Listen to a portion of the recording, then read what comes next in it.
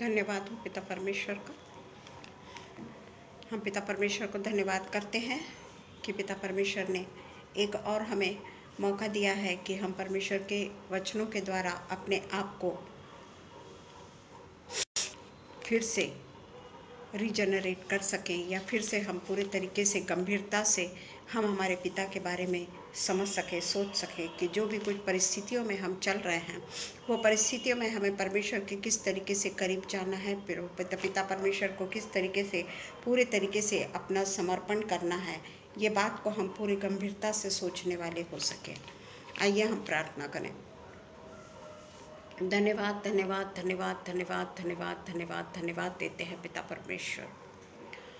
हम पिता परमेश्वर आपको फिर से एक बार पिता परमेश्वर हमारे ज़िंदगी में आपने ये जो दिन जोड़ा है उसके लिए हम आपके शुक्रिया हैं, आभारी हैं, क्योंकि पिता परमेश्वर ये दिन जो हमने देखा है उस दिन पिता परमेश्वर हम पूरी तरीके से फिर से अपने आप को पिता परमेश्वर आपके अधीन करने वाले हो जाएं, और पिता परमेश्वर सत्यता को पहचान कर पिता परमेश्वर, क्योंकि हम ऐसे नहीं कि सत्य को नहीं पहचानते, पर सत्य को पहचान के बाद भी अगर हम उसके अनुसार नहीं चलते हैं पिता परमेश्वर, तो हमें बहुत ज़रूरी है पिता परमेश्वर कि हम फिर से आपके वचनों की ओर ध्यान से देखकर उसके अनुसार पिता परमेश्वर अपने जीवन को चलाने वाले और अपने आप को बदलने वाले हो सके। पिता परमेश्वर आज के दिन के लिए हम आपको फिर से धन्यवाद देते हैं पिता परमेश्वर के आगरा मसीह मंडली में पिता परमेश्वर आपने हमें फिर से एक बार बोलने का मौका दिया है पिता परमेश्वर, ताकि हम आपके पवित्र वचनों को जो हमने पिता परमेश्वर आपके पवित्र वचनों में से बोलने के लिए चुना है, होने देना पिता परमेश्वर कि वो चुना हुआ वचन पिता परमेश्वर हमारे लिए पूरे तरीके से पिता परमेश्वर हमारी ज़िंदगी को बदलने वाला हो सके, और पिता परमेश्वर जो हम बोलते हैं उसके अनुसार पिता परमेश्वर हम अपने जीवन में अपने पूरे तरीके से बदलाव को लाने वाले हो सके। पिता परमेश्वर फिर से एक बार पिता परमेश्वर आपके अनुग्रह के लिए, आपके प्रेम के लिए, और पिता परमेश्वर हम जो आपसे दूर भी चले जाते हैं पर आप जो हमें फिर से वापस ले आते हैं उसके लिए, सब के लिए हम आपका धन्यवाद करते हैं। हम शबनम के लिए और अनुपम भैया के भी लिए धन्यवाद करते हैं पिता, कि उनके पेज पे आने का आपने हमें मौका दिया। सब कुछ पिता परमेश्वर हम हमारे उद्धारक यीशु मसीह के नाम से मांगते हैं, सुनिए और कबूल करिए।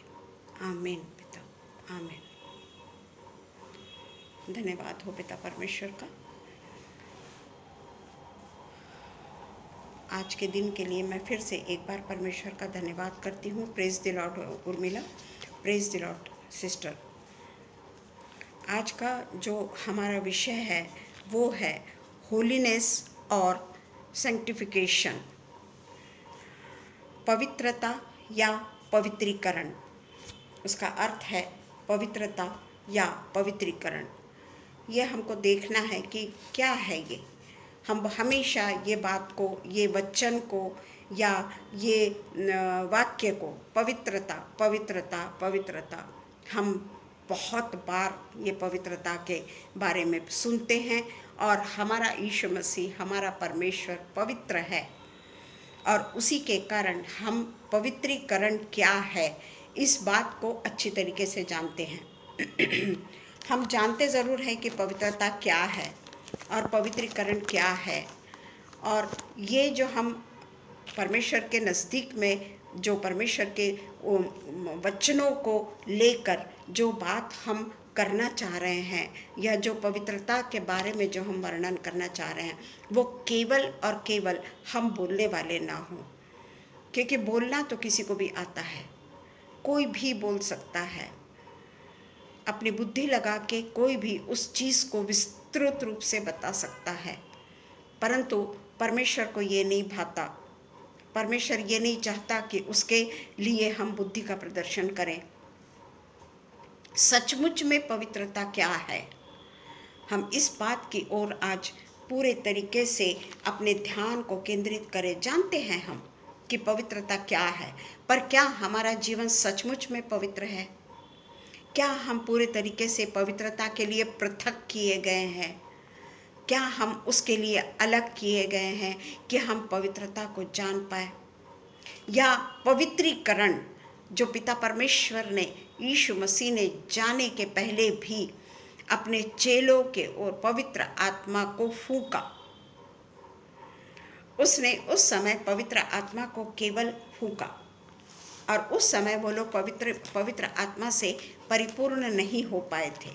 क्योंकि हम हमेशा हर चैप्टर में देखते हैं कि किस तरीके से यीशु ने जाने के पहले जब उनको दर्शन देता है, जब वो बंद कमरे में डर के मारे वे लोग बंद थे, तब वहाँ पर अंदर आकर वो कहता है पवित्र आत्मा लो। चेलों को कहता है कि पवित्र आत्मा लो, परंतु पवित्र आत्मा केवल लो करके पवित्र आत्मा ले, परंतु जब उनका क्रूसिफिकेशन के बाद में जब उनका रिजरेक्शन होता है, और रिजरेक्शन के आफ्टर 40 डेज के बाद में जब वो सबके देखते देखते उठा लिए जाते हैं, और उसके बाद में आफ्टर 10 डेज, क्योंकि यीशु मसीह उनसे बोल कर गए थे कि तुम लोग सब एक जगह इकट्ठा होकर प्रार्थना करते रहो, और वो जो पेंटिकॉस्टल का दिन आया, अपने समय पे यीशु मसीह ने पवित्र आत्मा को पूरे तेजी के साथ में 120 लोगों पर उंडेला। उस समय पवित्र आत्मा क्या है ये कोई नहीं जानता था, परंतु लोग उससे, जो वहाँ पर 120 लोग थे, वो डरे नहीं कि ये सब क्या चीज़ है, कि पहले वो सोचने लग गए कि भाई ये सब है क्या। ऐसी बात नहीं, वो पवित्र आत्मा से परिपूर्ण हो गए, और वहीं पे जो पौलुस है वो सबके सामने पवित्र आत्मा से भरकर 120 लोगों को भाषण देता है, परमेश्वर के बड़े बड़े कामों की चर्चा करते सुनते हैं, और वे सब चकित, जो दूसरे जो लोग हैं वो चकित और घबरा जाते हैं। परंतु उसके बाद में पतरस का भाषण हम देखते हैं, वो है पवित्रता, वो है पवित्रता के लिए, पवित्रीकरण के लिए पृथकीकरण हो जाना, पृथक हो जाना, दुनिया से अलग हो जाना, दुनिया के क्रियाकलापों से अपने आप को अलग कर लेना, वो है पवित्र आत्मा। और पवित्रता ये क्या है, ये हम अच्छी तरीके से जब हम देखते हैं प्रकाश प्रेरितों के काम में, तब हम समझते हैं। उसके पहले भी चेले यीशु मसीह के साथ में थे, यीशु मसीह ने उन्हें बाहर भी भेजा था, प्रचार करने को भी भेजा था, और वे बड़ी खुशी खुशी गए और खुशी खुशी आए भी, परंतु उस समय भी पवित्र आत्मा के बारे में वो नहीं जानते थे। आज हम जो हैं, हम पवित्रता के बारे में और पवित्रीकरण के बारे में अच्छी तरीके से जानते हैं, जानते ज़रूर हैं, पर ये क्या है, क्या है ये पवित्रता क्या है, तो सारांश में देखें तो वो मसीही की समानता में है, मसीही की समानता है वो।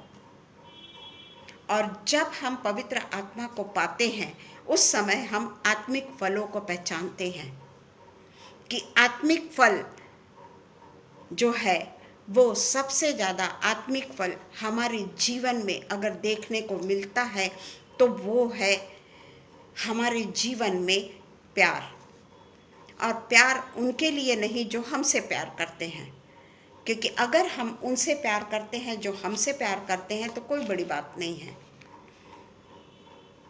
कोई उसमें बड़ा वो नहीं है कि हम अगर लोगों को प्यार कर रहे हैं क्योंकि वो हमसे प्यार करते हैं। जैसे माँ अपने बच्चे से प्यार करती है और बच्चा अपनी माँ को, सबसे ज़्यादा बच्चा अपनी माँ को पहचानता है, माँ और पिता को प्यार करता है, सभी से प्यार करता है वो, पर उसका जो पवित्र प्रेम बोलिए वो अपने माता और पिता के लिए अलग ही होता है। और वो उन्हीं को देखकर, उन्हीं के एक्टिविटीज़ को देखकर, उनके क्रियाकलापों को देखकर बड़ा बड़ा बड़ा होते चला जाता है। उसी तरीके से जब इन्होंने पवित्र आत्मा के फलों के बारे में ये चेलों ने जब देखा, पढ़ा, परमेश्वर क्या कहते हैं, तो ये जो हमारे अपने जीवन में पवित्र आत्मा का फल का पहला वो जो है वो है प्यार।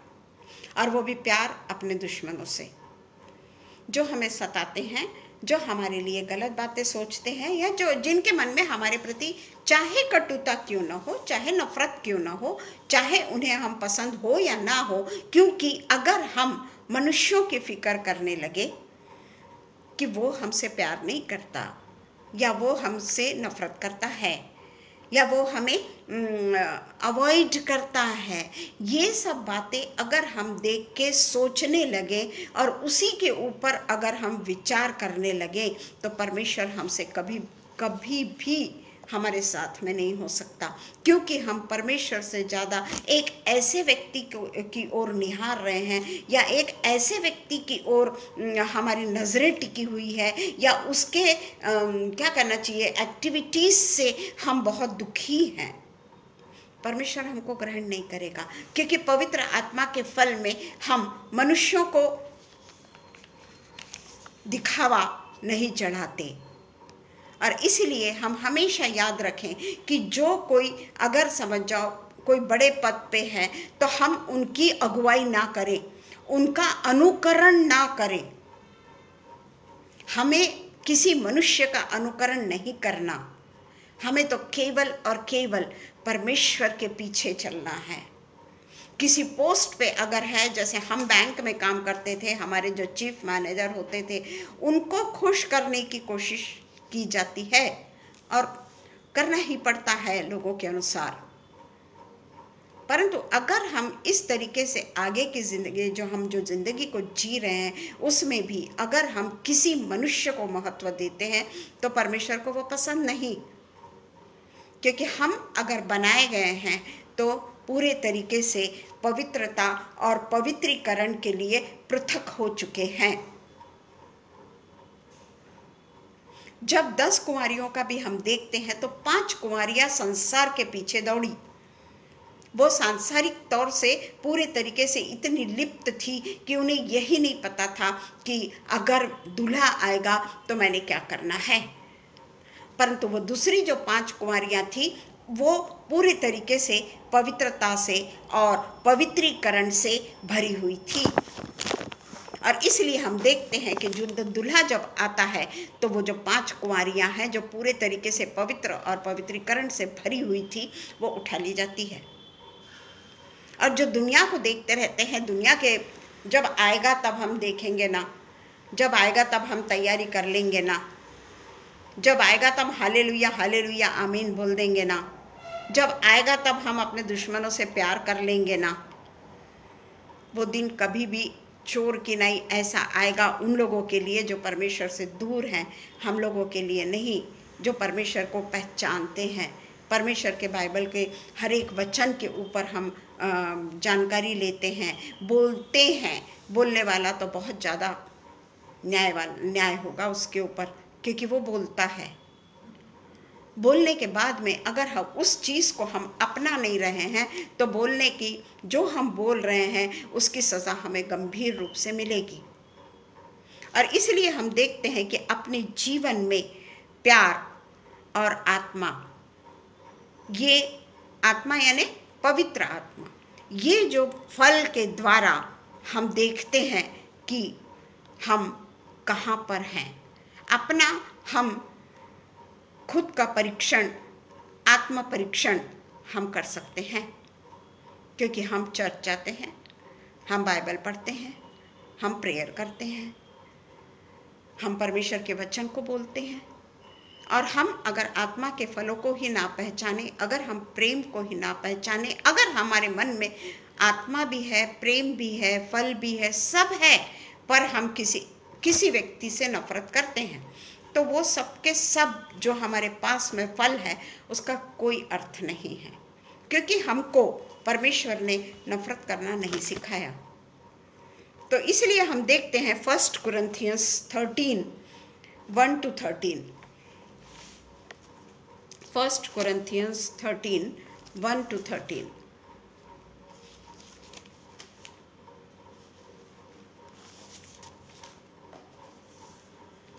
प्रेम सबसे उत्तम मार्ग। यदि मैं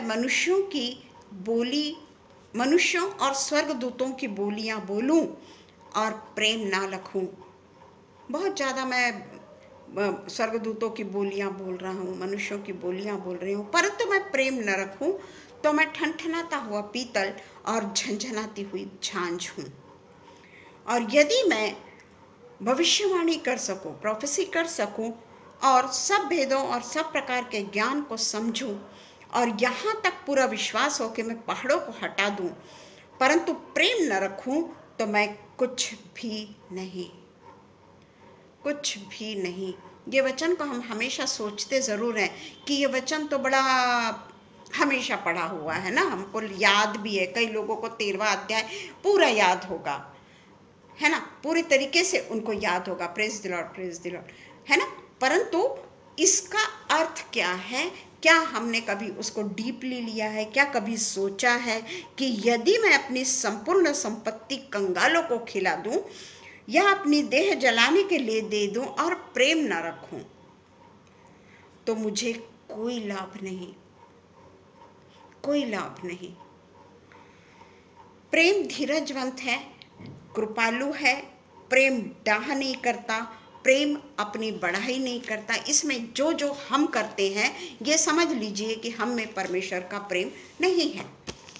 ये जो प्रेम डाह नहीं करता, प्रेम कपट नहीं करता, प्रेम धीरजवंत है, प्रेम अपनी बढ़ाई खुद की नहीं करता और फूलता नहीं, घमंड नहीं आता उसको, वह अनरीति नहीं चलता, वह अपनी भलाई नहीं चाहता, झुंझलाता नहीं, बुरा नहीं मानता, कुकर्म से आनंदित नहीं होता, परंतु सत्य से आनंदित होता है। ये सब बातें हमने प्रेज द लॉर्ड शब्द कई बार पढ़े हैं। ये 13वां वचन तो हम हमेशा, अच्छा वो 13वां वचन क्या, हाँ वो प्रेम के बारे में है ना, हाँ वो तो हमको अच्छे से मालूम है, परंतु वो क्या है, उसमें से एक भी चीज़ अगर हमारे पास में नहीं है तो हम चाहे कितने भी बड़े बड़े भाषण दे दूं, चाहे मैं कोई पुलपिट पे चढ़ जाऊं, चाहे मैं लोगों के कई हजार लोगों के सामने भाषण देने के लिए खड़ी हो जाऊं, लोगों ने तालियां पीट पीट के मेरा स्वागत कर दिया, पर परमेश्वर जानता है कि मैं क्या हूं। प्रेज द लॉर्ड भैया, प्रेज द लॉर्ड। जानता है परमेश्वर। मैं लोगों के सामने चाहे मुखौटा पहन लूं, परंतु परमेश्वर का वचन कहता है कि प्रेम कभी टलता नहीं। भविष्यवाणियां हो तो समाप्त हो जाएगी, भाषाएं हो तो जाती रहेगी, ज्ञान हो तो मिट जाएगा।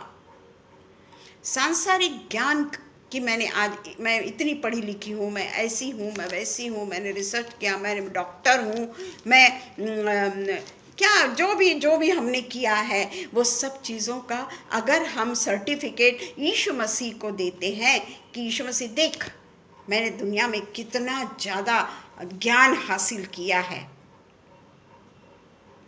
पर सब कुछ व्यर्थ हो जाएगा, सब कुछ व्यर्थ हो जाएगा, क्योंकि हमारा ज्ञान अधूरा है और हमारी भविष्यवाणियां अधूरी है।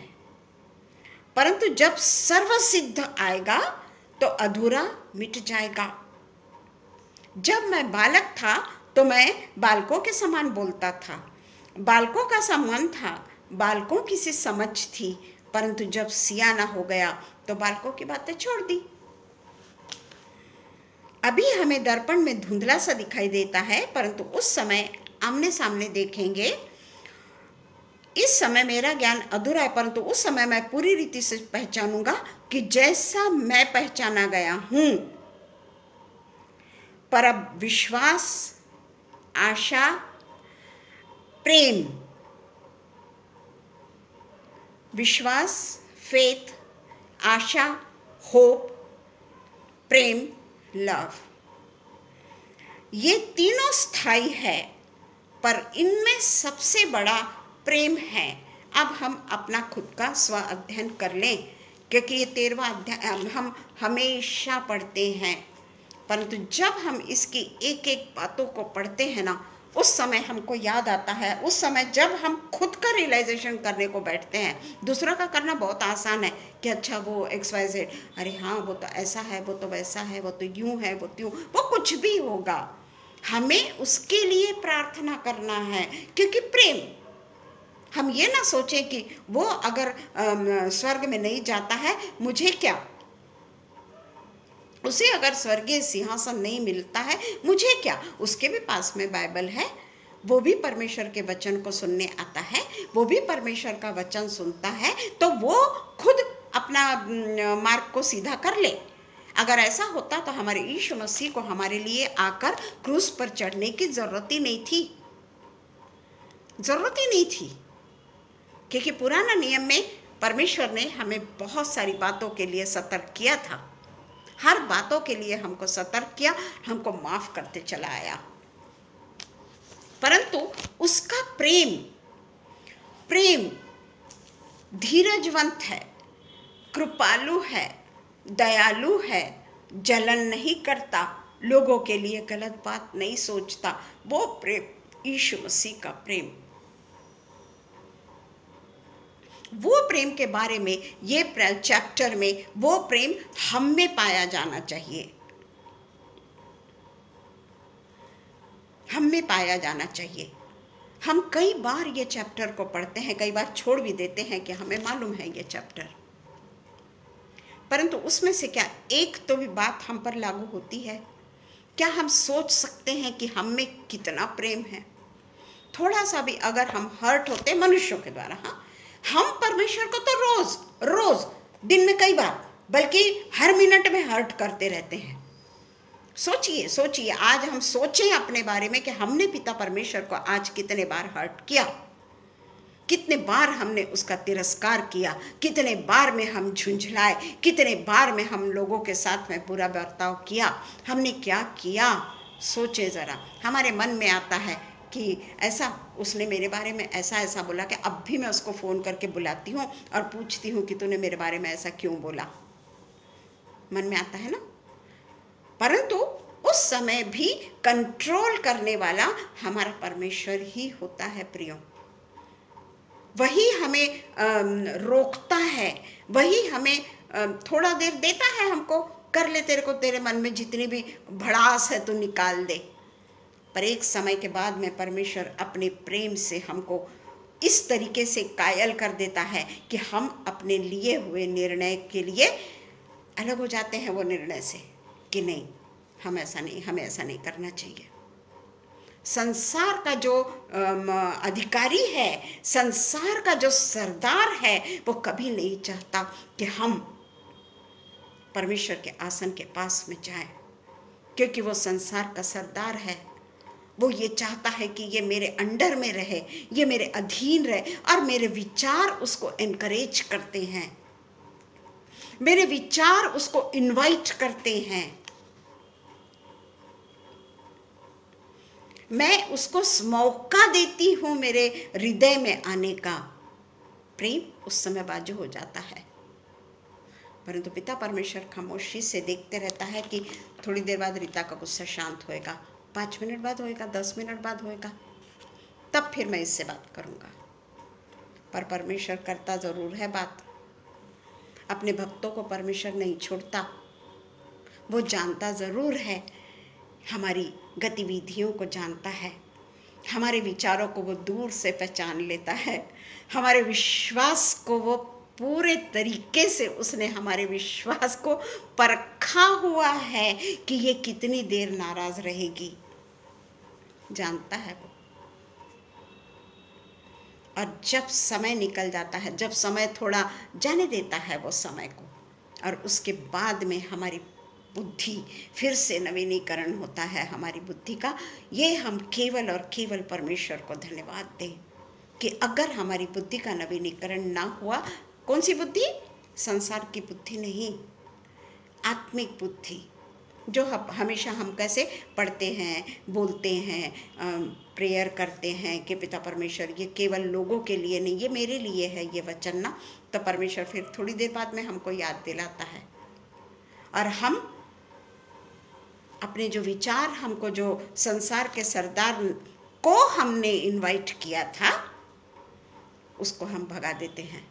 हम ही इनवाइट करके हम ही भगा देते हैं। ये परमेश्वर का अनुग्रह है प्रियो हमारे लिए। ये पवित्र आत्मा का काम है, ये पवित्र आत्मा का पृथकीकरण है हमारा दुनिया से, क्योंकि उसने हमको पवित्र और पवित्रीकरण के लिए हमको चुना है। हमारा वो सेंटिफिकेशन, होलीनेस देना चाहता है वो हमको। तो इसलिए मैं बता रही थी कि क्या क्या ऊपर में हमने देखा कि संपूर्ण रूप से हमको अलग करता है, यानी हमें परमेश्वर के नज़दीक में जाकर, हमको परमेश्वर के नज़दीक में जाने से कुछ नहीं होता, हमको परमेश्वर में समा जाना है, उसके साथ में हमको एक रूप हो जाना है। और जब हम एक रूप होंगे ना, तभी परमेश्वर हमारे जीवन में काम करेगा। मैं अगर बोलूँगा, जैसे बच्चा जब छोटा होता है और वो चलना सीखता है, वो उंगली पकड़ना नहीं चाहता, वो सोचता है कि मैं जल्दी से उंगली छोड़ दूँ और मैं चलने लग जाऊँ, गिरता है, माता पिता तुरंत दौड़ के जाकर उसको उठा लेते हैं, क्योंकि वो धीरे धीरे चलना सीख रहा है। परंतु हमारा जो जीवन आज है वो चलने और दौड़ने तक ही सीमित नहीं है प्रियो। अब तो हम सब कुछ खा चुके हैं, अब तो हमने सब कुछ देख लिया है संसार को। अब हमें देखना है, ये बात नहीं है, हमने अच्छे तरीके से संसार को चखा है, और इसलिए अब संसार के अधीन हमको नहीं होना, क्योंकि संसार ये नहीं चाहता। परंतु क्या हमारा ऐसा जीवन पाना सरल है? क्या ये पृथकीकरण का जीवन जो संसार में रहते हुए हमको करना है, क्या वो सरल है? क्या हम अपने जीवन में अशुद्धता नहीं पाते? जैसे अभी मैंने उदाहरण दी कि कुछ समय के लिए मेरे मन में ऐसा आ जाता है, ऐसा मैं बोल दूंगी, ऐसा मैं कर दूंगी। अभी मैं फ़ोन करके उसको बुलाती हूँ कि तुमने ऐसा किए क्या, ऐसा हुआ। यानी एक प्रकार का मनुष्य का स्वभाव हम पर हावी होता है। तो हम ये अपने मन से पूछे कि पवित्र शास्त्र के अनुसार पवित्रता का मतलब क्या है? क्या मतलब है परमेश्वर के पवित्रता का? हम देखते हैं कि जब परमेश्वर जज के रूप में हमारे जीवन को जब जजमेंट करेगा, तो उस समय वो अपने सामने वाले को पवित्र का चाहेगा। उस समय हमें कोई मौका नहीं है प्रियो। वो सामने वाले को निर्दोष चाहेगा, पवित्र व्यक्ति को वो चुनेगा, निर्दोष व्यक्ति को वो चुनेगा। वो बोलेगा कि मैं तुझे मौके पे मौका देता चला गया, तू थोड़ी देर के लिए अच्छी रहती, बाद में फिर वैसी हो जाती, जो भी कोई मनुष्य है। परंतु जब वो जजमेंट करेगा ना, उस समय कोई हमको सुधारने की कोशिश नहीं करेगा। वो हो गया, खत्म हो जाता है, सारा समय खत्म हो जाता है, और वो उस समय केवल और केवल पवित्र और निर्दोष लोगों को ही अपने पास में रखेगा, क्योंकि मौका वो दे रहा है ना हमको। 7 के 70 दफ़ा तो रोज के रोज क्या, हर मिनट में 7 के 70 दफ़ा माफ करता होगा परमेश्वर हमें। तो इसीलिए पवित्र क्या है, पवित्रता क्या है, हमें किस तरीके से पवित्रता के साथ में अपने जीवन को बिताना है। जैसे हमारे मन में कभी भी किसी के भी प्रति कोई दुर्भावना ना आए, कभी हम किसी के प्रति कटुता ना रखें प्रियो, कटुता न रखें हम। हर किसी का कोई ना कोई काम होता है, हर किसी का कोई ना कोई समय होता है। हर एक समय, जैसे हम अकेले हैं, हमको दुनियादारी भी देखनी पड़ती है, पूरा घर का भी काम करना पड़ता है, बाहर की भी चीज़ें देखनी पड़ती है। अभी मेरे पास में गेहूँ रखा ही हुआ है यहाँ पर सामने, वो मेरे को जाकर पिसाना है। बहुत जिम्मेदारियाँ रहती है। ऐसा नहीं कि हम परमेश्वर के इसमें है तो हमको संसार के अनुसार हमको, वो तो सांसारिक काम तो हमको करना है, पर संसार के अनुसार काम करके हमको संसार के अनुसार जीना नहीं है। संसार में जो गलत बातें हैं उससे हमको अलग होना है। हम जानते हैं कि हमारे साथ में बड़े अन्याय अत्याचार जो भी कुछ होते होंगे, उससे हम अलग हो जाएं, उससे हम अलग हो जाएं।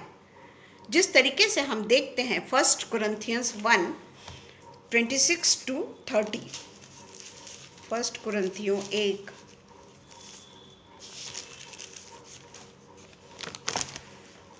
26-30।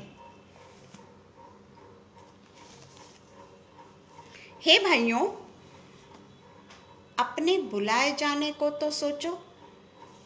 देखो कितना स्पष्ट है। प्रेज द लॉर्ड दीदी। हे भाइयों, अपने बुलाए जाने को तो सोचो कि ना शरीर के अनुसार बहुत ज्ञानवान और ना बहुत सामर्थी और ना बहुत कुलीन बुलाए गए हो, परंतु परमेश्वर ने जगत के मूर्खों को चुन लिया है, जो अभी हमने बताया जजमेंट के समय, कि जगत के निर्बलों को चुन लिया है कि बलवानों को लज्जित करे, धनी को लज्जित करे, अपने आप को कुशल समझने वाले को लज्जित करे। मैं ऐसी, मैं वैसी, मैंने दुनिया की सारी खुशियाँ खरीद ली, मैं जो चाहती हूँ वो मैं कर सकती हूँ, मैं आज अगर चाहूँ तो मैं कोई भी चीज़ खरीद सकती हूँ। ये पवित्रीकरण नहीं है, ये परमेश्वर की बुलाहट नहीं है, ये बुद्धिमानी संसार की बुद्धिमानी है। और इसलिए परमेश्वर कहता है कि मैं निर्बलों को, अनपढ़ों को, परमेश्वर के निर्बलों को चुन लिया ताकि वो बलवानों को लज्जित करे, मूर्खों को चुन लिया ताकि वो ज्ञानवान को लज्जित कर सके। हमारी डिग्री लेके परमेश्वर, अच्छा तूने इतना पढ़ी है क्या, चल तू पहले चल, हाईली एजुकेटेड है क्या, अच्छा अच्छा अच्छा तू पहले चल, एमडी है, एमएस है, डॉक्टर है, साइंटिस्ट है, तू पहले चल। ऐसा नहीं रहेगा। तो इसलिए परमेश्वर ने जगत के नीचों और तुच्छों को, वरन जो है भी नहीं उनको भी चुन लिया, कि उन्हें जो है व्यर्थ, जो चुने लोग हैं, चुन लिया है कि उन्हें जो है व्यर्थ ठहराए, ताकि कोई प्राणी परमेश्वर के सामने घमंड न करने पाए, परंतु उसी की ओर से तुम मसीह यीशु में हो, जो परमेश्वर की ओर से हमारे लिए ज्ञान ठहराया, अर्थात धर्म और पवित्रता और छुटकारा। धर्म, पवित्रता और छुटकारा। धार्मिक बनने का ढोंग नहीं लिखा है।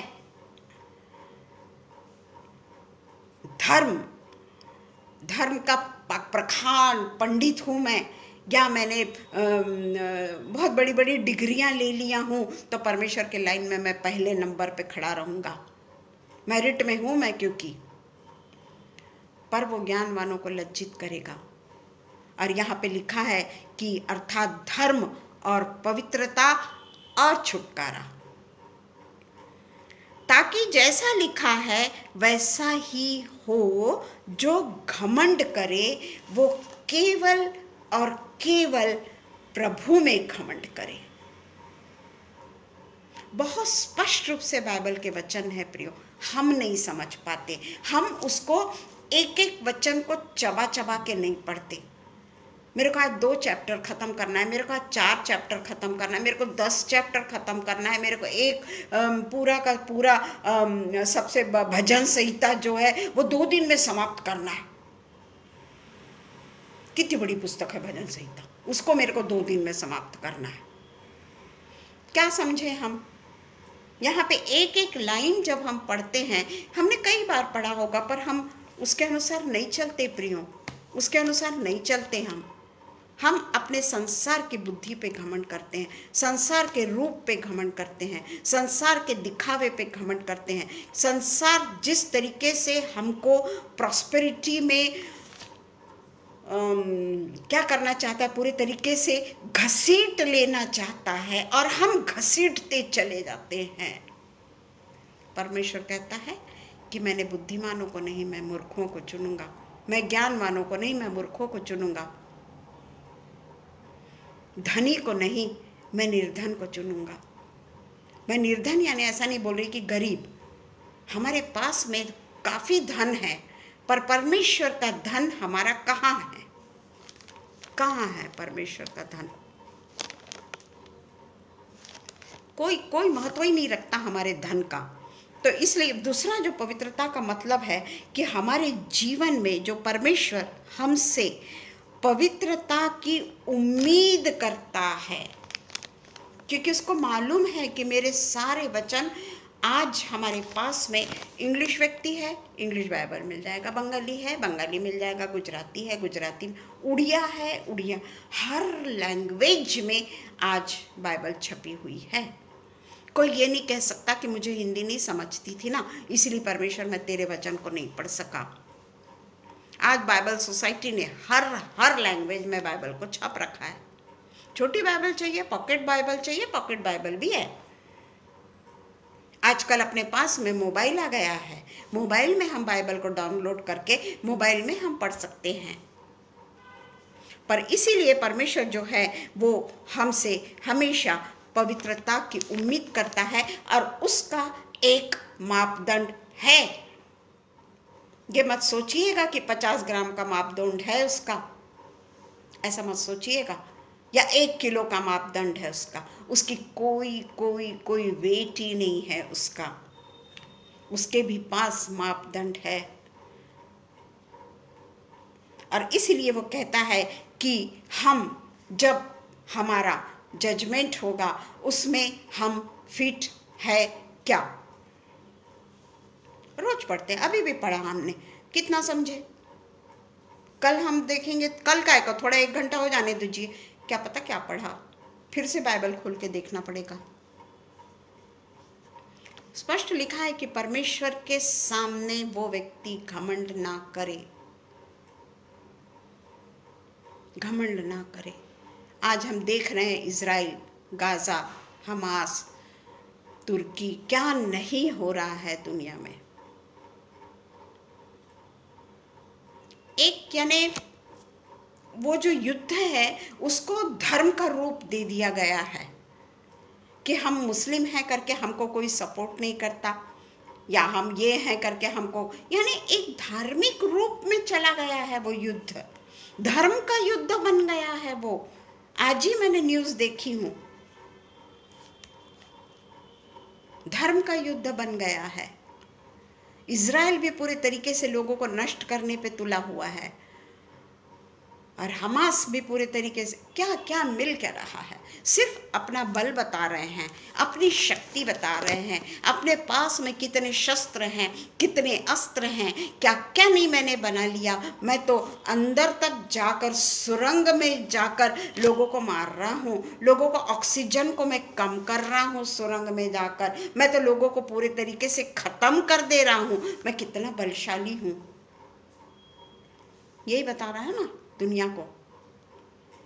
आज हर कोई यही बता रहा है कि मैं बलशाली। अमेरिका भी युद्ध में कूद पड़ा, रशिया भी युद्ध में कूद पड़ा, कुछ दिन बाद में चीन भी कूद जाएगा।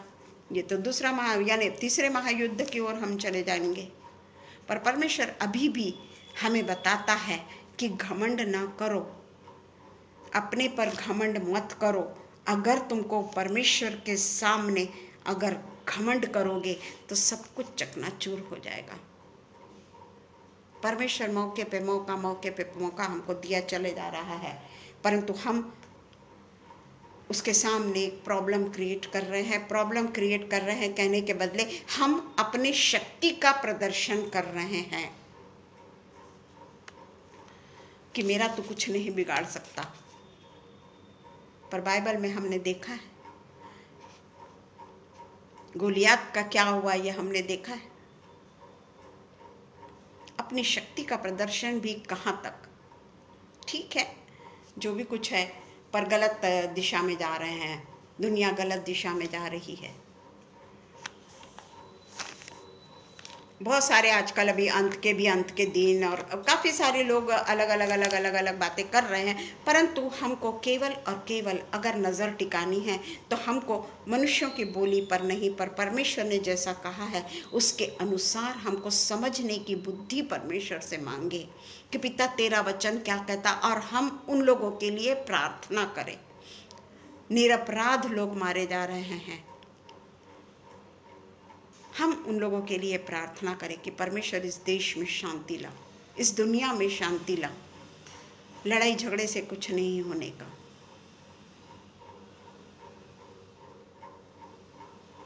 हमको केवल और केवल प्रार्थना करना है, क्योंकि युद्ध के चपेट में आना बहुत बुरी बात है। और हम देखते हैं मसीही लोगों को परमेश्वर ने उद्धार के बाद में धार्मिक कहलाने का अधिकार दिया। पहला हमारा उद्धार, और उसके बाद में हम धार्मिक बने हैं। परमेश्वर के वचनों को उसने हमको पूरे तरीके से हमें पहना दिया है। वो वचनों को एक कवच के रूप में ले वचनों, हर एक वचन को कवच के रूप में ले, क्योंकि ऊपर में ही हमने पहले ही पढ़ा, हे भाइयों अपने बुलाए जानों को तो सोचो कि ना तो तुम शरीर के अनुसार बहुत ज्ञानवान और न बहुत सामर्थी, ना बहुत कुलीन बुलाए गए, परंतु परमेश्वर ने जगत के मूर्खों को, निर्बल को चुना। क्या करते हैं बलवानी बताकर, क्या करते हैं बलवानी को बताकर। जो असली जो युद्ध करने वाले हैं वो तो अपने इसमें मस्त बैरक में बैठ के आराम से हैं, और दुनिया के जो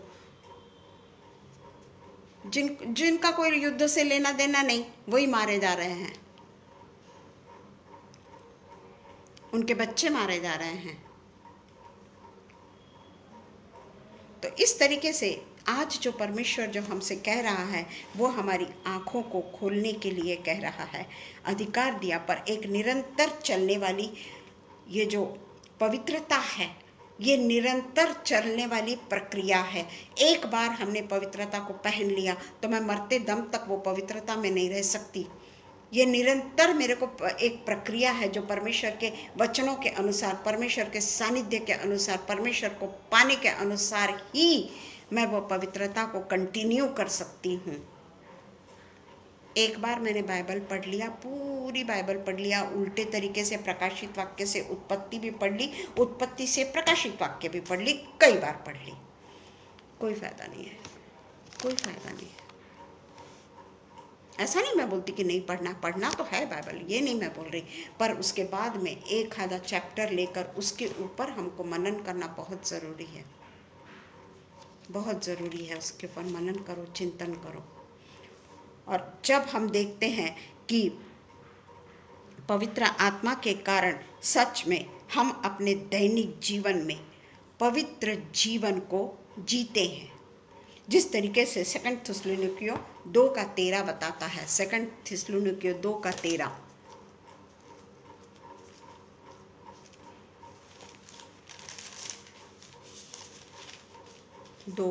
हे भाइयों दृढ़ बने रहो, हे भाइयों और प्रभु के प्रिय लोगों, चाहिए है कि हम तुम्हारे विषय में सदा परमेश्वर का धन्यवाद करते रहें, क्योंकि परमेश्वर ने अनादि से तुम्हें चुन लिया है कि आत्मा के द्वारा पवित्र बनकर और सत्य की प्रतीति करके उद्धार पाओ। शबनम पूरे लिख रही है, वो देखिए आप, पढ़िए आप, शबनम पूरा लिख रही है। हमको किस तरीके से पवित्रता का जीवन जीना है, किस तरीके से परमेश्वर ने हमें अनादि काल से तुम्हें चुन लिया है, जब हमारी निर्मिति भी नहीं हुई थी, हमारी निर्मिति भी नहीं हुई थी, पर हमारा चित्र उसके हथेली पे बना हुआ था कि आत्मा के द्वारा पवित्र बनकर और सत्य की प्रतीति करके उद्धार पाओ। जीवन का सत्य जो परमेश्वर ने हमारे लिए रखा, जीवन का सत्य, हमारी होशियारी का सत्य नहीं, वो सत्य कोई काम नहीं आता।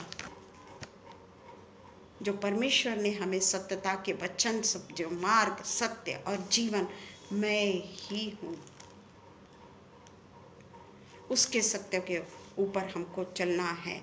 प्रत्येक मसीह के ये प्रॉब्लम होती है कि हमें विश्वास तो है, हम भी कहते हैं कि हमें विश्वास तो है, हम बहुत कहते हैं कि मैं परमेश्वर पर बहुत विश्वास करती हूँ, परमेश्वर मेरे को सही दिशा दिलाता है, पर थोड़ी देर बाद में संदेह अपना काम करने लग जाता है, थोड़ी देर बाद में संदेह अपना काम करने लग जाता है। विश्वास विश्वास विश्वास में हम रहते हैं और धीरे से संदेह आ जाता है हमारे पास में। अपने बच्चों के रूप में आ जाता है, अपने प्रियजनों के रूप में आ जाता है, अपने धन के रूप में आ जाता है, अपने किसी भी रूप में हमारे पास में छोटा सा संदेह आ जाता है कि क्या मैं वो ये गाड़ी तो है मेरे पास, क्या मैं वो बड़ी गाड़ी, जो भी कोई बड़ी गाड़ी रहती होगी, वो गाड़ी क्या खरीद सकती हूँ? जो धनवान होता है बहुत, मेरे को वो भी गाड़ी लेना, मेरे को वो भी गाड़ी लेना। क्या करेगा? गाड़ी में तो एक ही गाड़ी में बैठेगा। परंतु यहाँ पर वही बोला गया है कि हमको सबको अगर हम विश्वास करते हैं, परमेश्वर कहता है उसमें संदेह नहीं आना चाहिए। नहीं तो अगर हम संदेह करते हैं तो हमारे विश्वास का कोई अर्थ ही नहीं है, कोई अर्थ ही नहीं है। और इसी कारण में विश्वास करते हैं। मैं बहुत विश्वास करती हूँ परमेश्वर पे। हम हर कोई बोलता है कि मेरा विश्वास बहुत अडिग है, पर क्या हम में आज एक भी बार संदेह नहीं आया? आज के रात को 7:45 बज गए हैं, अभी तक एक भी बार संदेह नहीं आया। और अगर हमारे बीच में संदेह शामिल हो जाता है तो हम मसीह की पूरी आशीषें पा ही नहीं सकते, क्योंकि हमने परमेश्वर पे संदेह किया। अगर ऐसा हो गया तो विश्वास तो कर रहे हैं, बाइबल भी पढ़ लिया, प्रेयर भी कर ली, पर कभी तो अरे अगर ऐसा हो गया तो हम उसकी आशीषों को पा ही नहीं सकते। मरकुस 9 है शायद, मरकुस 9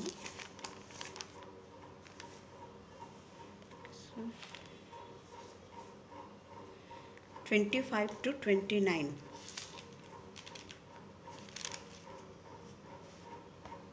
मरकुस 9 25।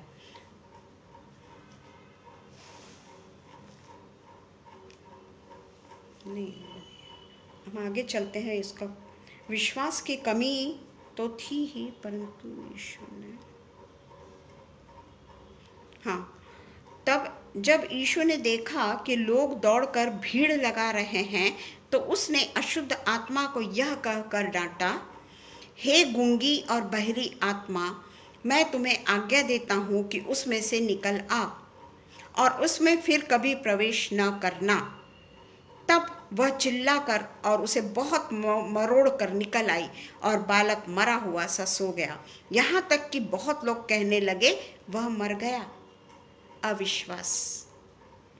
इतना बड़ा चमत्कार देख रहे हैं कि वो भीड़ के पास वो गूंगी जो और बहरी आत्मा जो उसे मरोड़ रही थी, इतना तकलीफ दे रही थी, उन्होंने सोचा कि ये मर गया, परंतु यीशु ने उसका हाथ पकड़ के उसे उठाया और वह खड़ा हो गया। जब वह घर में आया तो उसके चेलों ने एकांत में उससे पूछा, हम उसे क्यों न निकाल सके? पवित्र परमेश्वर के साथ में, यीशु मसीह के साथ में 24 घंटा रहने वाले लोग, हम उसे क्यों न निकाल सके? उसने उनसे कहा, यह जाति बिना प्रार्थना व उपवास के बिना नहीं निकल सकती। इसमें हिंदी बाइबल में उपवास नहीं लिखा है, पर दूसरे इसमें मैंने पढ़ा उसमें उपवास लिखा है। तो उपवास और बिना प्रार्थना के उपाय से यह नहीं निकल सकती।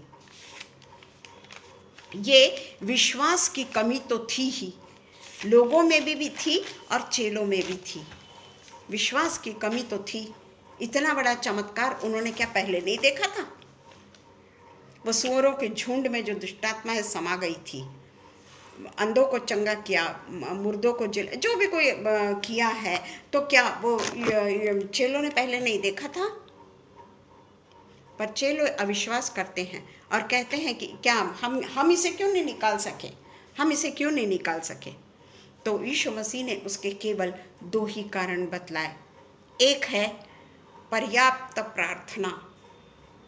पर्याप्त प्रार्थना यानी बड़ी बड़ी प्रार्थना नहीं, गिड़गिड़ा के तुम परमेश्वर से उस चुंगी लेने वाले की तरह प्रार्थना करो जिसकी प्रार्थना सुनी गई। कन्फेस करो वो चोर की तरह जो यीशु मसीह को नहीं जानता था।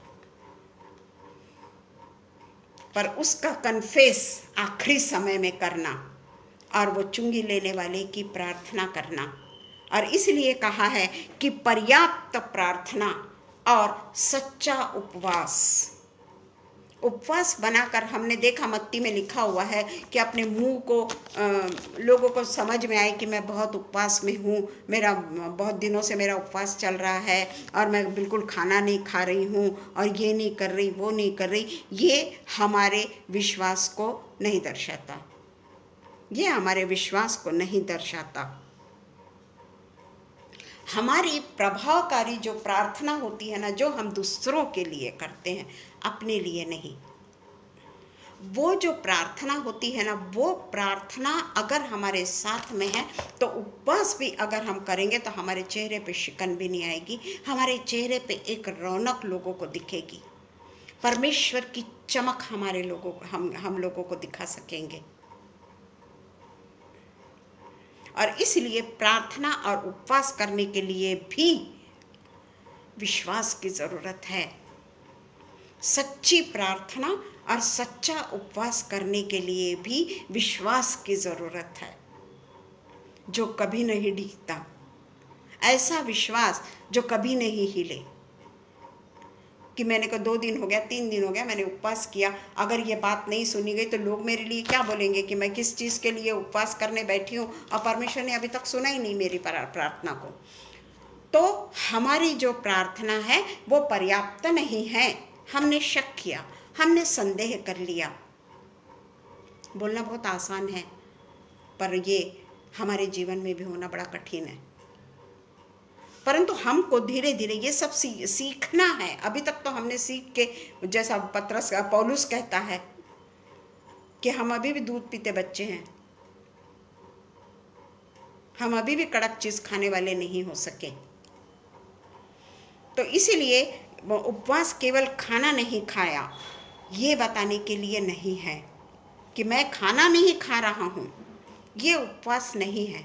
उपवास तो हमको सब चीज़ों का करना है। हम खाना नहीं खा रहे हैं पर मन में हमारे कपट है, हमारी आंखें गलत चीज़ों को देख रही है, हमारे मुंह दूसरों की बदनामी कर रहे हैं, हमारी निंदाबदी नहीं छूट रही है। क्या प्रार्थना कर रहे हैं, क्या प्रार्थना, अरे इतनी बड़ी प्रार्थना, यानी हम उनके प्रार्थना के ऊपर इस तरीके से ध्यान दे रहे हैं कि उनकी प्रार्थना 2 मिनट चलेगी कि 5 मिनट चलेगी, वो पवित्र आत्मा से प्रार्थना कर रहे हैं, उनके समय को कोई नहीं बांध सकता। पर हम ये सब नहीं देखते। हमको जो उपवास और प्रार्थना करना है वह आत्मिक रूप से करना है। भूख पर जरूर हम काबू कर सकते हैं पर हम सांसारिक विचारों पे काबू नहीं कर सकते, अपनी अभिलाषाओं पे काबू नहीं कर सकते। कर भी लेंगे हम भूख पर काबू, पर अपनी अभिलाषाएं गर्भवती होकर पाप को जन्म देती रहती है, देती रहती है और देती रहती है। हमारे मुंह के बोल, हमारे विचार, ये सब हमको संपूर्ण रूप से समर्पित करने वाली प्रार्थना हम नहीं कर सकते, नहीं कर सकते। परंतु हमको जरूरी है कि हम आत्मिक रूप से परमेश्वर से जुड़ा हो।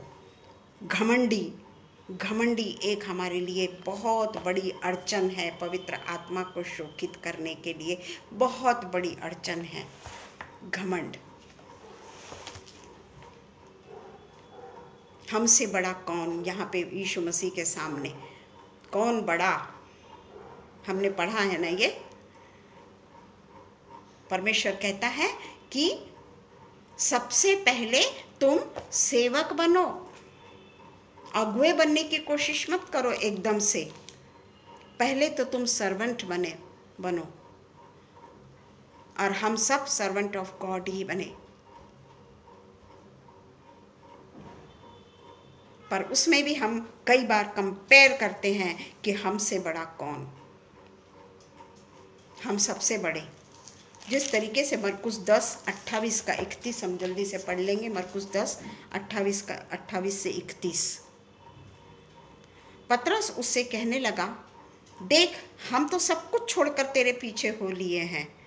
यीशु ने कहा, मैं तुमसे सच सच कहता हूँ कि ऐसा कोई नहीं जिसने मेरे और सुसमाचार के लिए घर या भाई बहन, माता पिता, बाल बच्चों या खेतों को छोड़ दिया है, ना अपने रिश्तेदारी को छोड़ा, ना अपने जिससे हम बहुत ज़्यादा प्यार करते हैं उसे छोड़ा, ना तेरे पेट को जो सहारा देता है, जो तेरी दैनिक काम की जो वो है, वो तूने नहीं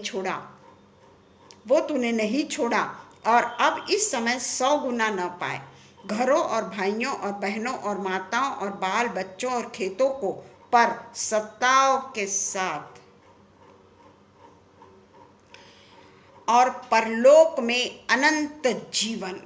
सत्ताव के साथ कब मिलेगा अनंत जीवन? ऐसी आज हम बातें कर रहे हैं, आज हम परमेश्वर के वचन को सुना रहे हैं और हमने सोच लिया हमको अनंत जीवन मिल गया क्योंकि मैं परमेश्वर की बातें बता रही हूँ। ये है घमंड। सबसे बड़ा कौन अच्छा बोलता है? कौन? वो अच्छा बोलती है, वो अच्छा बोलती है। नहीं, कोई अच्छा नहीं बोलता। अगर उसमें वो चिन्ह नहीं दिखाई देते, अगर वो उस तरीके से चलते ही नहीं, तो बोलना कोई फायदे का नहीं है। और इसलिए परमेश्वर का वचन कहता है कि सत्ताव के साथ और परलोक में अनंत जीवन। पर बहुत से जो पहले हैं वो पिछले होंगे और जो पिछले हैं वो पहले होंगे। बहुत स्पष्ट वचन है और हम इसके अर्थ को अच्छी तरीके से जानते हैं। हमारे पास में समय ही नहीं है, हमारे पास में समय की कमी पड़ जाती है कि हम पूरी बातों को बता ही नहीं सकते। आखिरी में केवल गलातियों 5:17-18, गलातियों 5। पर मैं कहता हूँ आत्मा के अनुसार चलो, आखिरी वचन है, तो शरीर की लालसा किसी रीति से पूरी ना करोगे। Praise the Lord Rohini. क्योंकि शरीर आत्मा के विरोध में, यहाँ पे बहुत स्पष्ट है, पर मैं कहता हूँ कि आत्मा के अनुसार चलो तो तुम शरीर की लालसा किसी रीति से पूरी ना करोगे। क्योंकि शरीर आत्मा के विरोध में और आत्मा शरीर के विरोध में लालसा करता है और ये एक दूसरे के विरोधी हैं। आत्मा और शरीर एक दूसरे के विरोधी हैं। आत्मा में अगर हम बोलते हैं कि हम आत्मिक हैं, हम आत्मा में बहुत बढ़ रहे हैं, पर शरीर के भी जो नखरे हैं उसको हम खाद डालते चले जा रहे हैं। हम उनको खाद डालते चले जा रहे हैं, शारीरिक लालसाओं को। तो परमेश्वर का वचन है कि आत्मा शरीर के विरोध में लालसा करता है, शरीर आत्मा के विरोध में और आत्मा शरीर के विरोध में लालसा करते हैं, और ये एक दूसरे के विरोधी हैं। इसलिए कि जो तुम करना चाहते हो वह ना करने पाओ, और यदि तुम लालसा के अनुसार चलते हो तो व्यवस्था के अधीन ना रहे। नया नियम है भाई, ये नया नियम है, पुराना नियम नहीं है। तो इस तरीके से हमको क्या करना है? पवित्रता के साथ में संसार के पृथकीकरण में जाना है, या संसार को भी एंटरटेन करना है और संसार के साथ अपने आप की भी लालसाओं को पूरी करना है, और संसार की जितनी भी चीज़ें जो हमारी आंखों को अच्छी लगती है उसके पीछे जाना है। ये सब चीज़ें अस्थिर है, आज है कल पता नहीं क्या हो जाएगा। हम इतने बड़े भवन में रहते हैं, हम इतनी सारी सुख सुविधाओं से लैस हैं, एक युद्ध हो जाने दो। आज उन्हीं लोगों को पता है जिनके यहाँ पे युद्ध हो रहा है कि किस तरीके के जीवन को वो जी रहे हैं, कैसे मुट्ठी में प्राण को लेकर वो घर के अंदर में घुसे हुए हैं। ये उन्हीं लोगों से पूछें। क्या फ़ायदा पैसा, क्या फ़ायदा गाड़ी, कई गाड़ियाँ होगी उनके पास में तो ना, जो अमीर लोग होंगे, एक गाड़ी नहीं फिर दूसरी गाड़ी निकाले, तीसरी गाड़ी, पर क्या वो अभी गाड़ी निकाल सक रहे हैं? क्या अपने शरीर के जो इच्छाओं की पूर्ति कर सक रहे हैं? क्या आज उनको परमेश्वर याद आ रहा होगा? निश्चित ही कि परमेश्वर मेरे को और मेरे घराने को बचा ले, ये नहीं सोचेंगे कि परमेश्वर मेरे देश को बचा ले। महायुद्ध मत होने दे। पर अंत का समय है, और अंत के समय में तो सब कुछ परमेश्वर ने हमको बता दिया है। हम जानते हैं कि अंत के समय में क्या होगा। पर परमेश्वर का वादा है कि कलीसिया उठा ली जाएगी। आमीन। Praise the Lord. आइए हम प्रार्थना करें।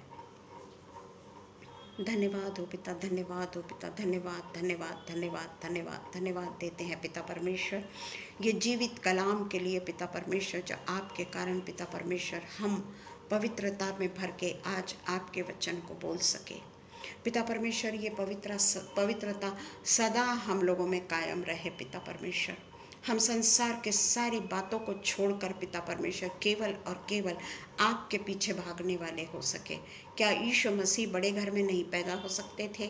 क्या यीशु मसीह अपने लिए कोई और योजना नहीं बना सकते थे? परंतु वो संसार का स्वामी, स्वर्ग का स्वामी, तीनों लोक का स्वामी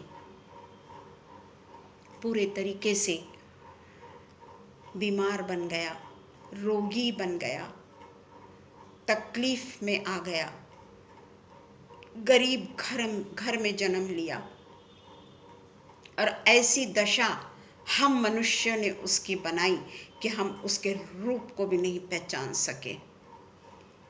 परंतु फिर भी आज वही पिता हमें अपने पास में आने के मार्ग को बताता है। कैसे जीवन हमको जीना है वो बताता है।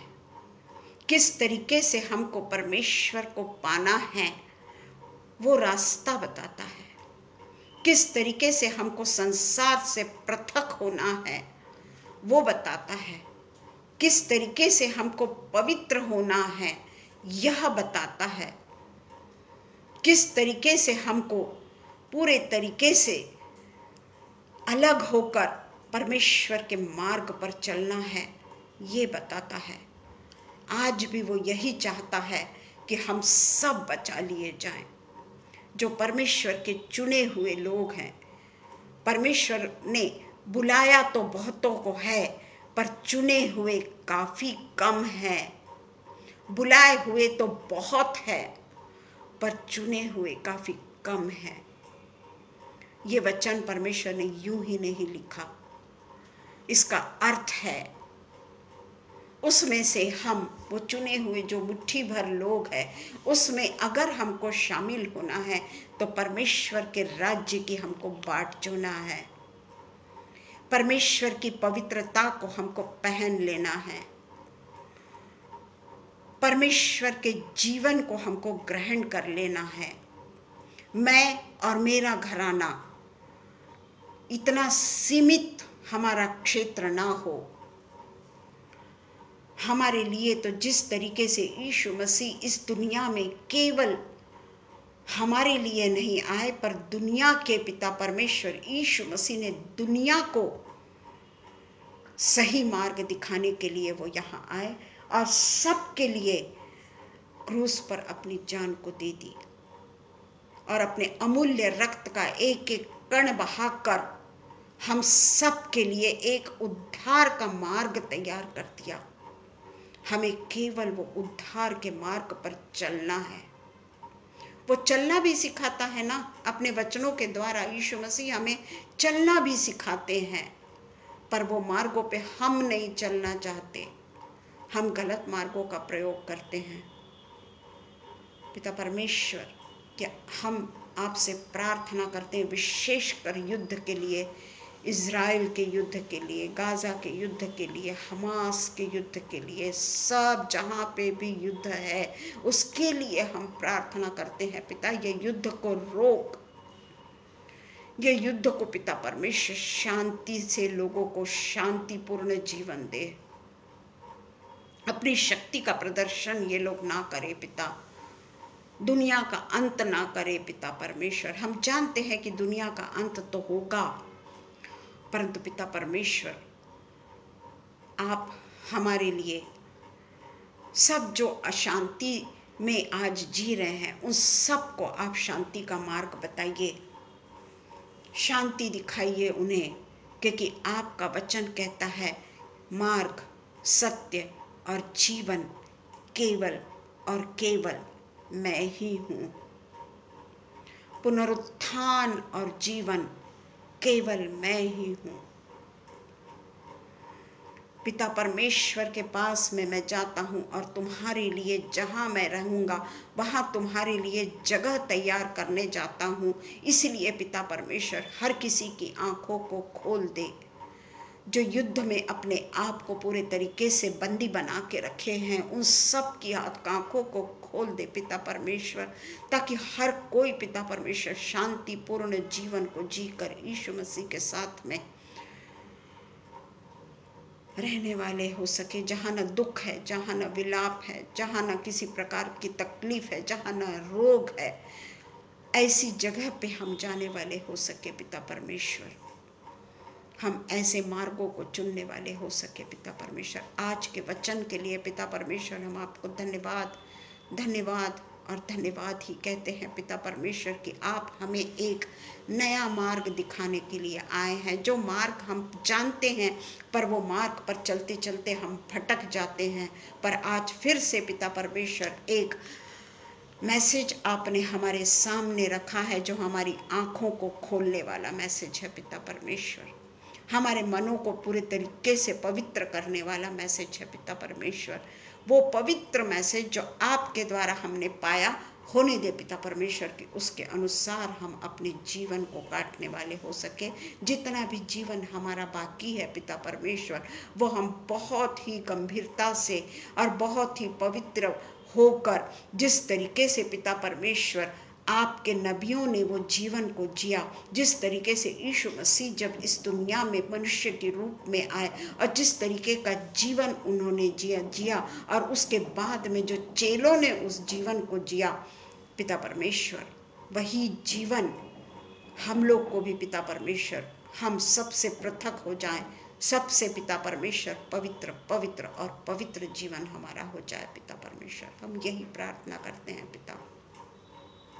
जो जमा है सिर्फ उनके ही लिए नहीं बल्कि हर एक के लिए हम ये प्रार्थना करते हैं, क्योंकि ये वचन आप जरूर पिता परमेश्वर पूरे लोगों को सुनने के लिए तैयार करेंगे, यह हमारा पूरा विश्वास है पिता। जितना हो सके ये परमेश्वर के वचन को हम फैलाने वाले हो सके। इस कलह के समय में लोगों को यीशु मसीह का जो वचन है वो शांति देता है, और इसलिए शांतिदायक वचन जो यीशु मसीह का है वो हम लोगों तक बांटने वाले हो सके पिता परमेश्वर। सब कुछ पिता परमेश्वर हम आपके पवित्र आत्मा से जो आज बोल रहे हैं वैसे ही हमारे जीवन को पवित्र पवित्र और पवित्र बना पिता परमेश्वर। फिर से एक बार पिता परमेश्वर ये पेज के लिए मैं आपको धन्यवाद देती हूँ पिता परमेश्वर कि ये पेज पर आप हमेशा एक नई आत्मा का प्रकाशन देते हैं पिता परमेश्वर। ये पिता परमेश्वर प्लेटफॉर्म में पिता परमेश्वर आप होली स्पिरिट से भर देते हैं पिता परमेश्वर। उसके लिए हम आपका धन्यवाद धन्यवाद और धन्यवाद करते हैं पिता परमेश्वर के ऐसे अलग अलग पेज पे जब हम बोलते हैं, ये अलग अलग वचन जो परमेश्वर का हम बोलते हैं, उसमें पिता परमेश्वर हम में परिवर्तन आने वाला हो सके पिता परमेश्वर। फिर से एक बार हम शबनम और अनुपम भैया को धन्यवाद देते हैं कि आज के दिन फिर से उन्होंने हमें ये मौका दिया कि हम परमेश्वर के वचनों को जो बोल सक रहे हैं उसके अनुसार हम चलने वाले भी हो सके पिता परमेश्वर। सब कुछ पिता परमेश्वर हम हमारे उद्धारक यीशु मसीह के नाम से प्रार्थना को मांग लेते हैं, सुनिए और कबूल करिए। आमीन पिता, आमीन। धन्यवाद हो सबको। Praise the Lord Ganga ji, praise the Lord सबको। आज के पवित्र वचन के लिए जो परमेश्वर के तरफ से हमको मिला है, हम सब परमेश्वर का धन्यवाद करें और जितना हो सके परमेश्वर के वचन को बांटने का काम करें। Praise the Lord.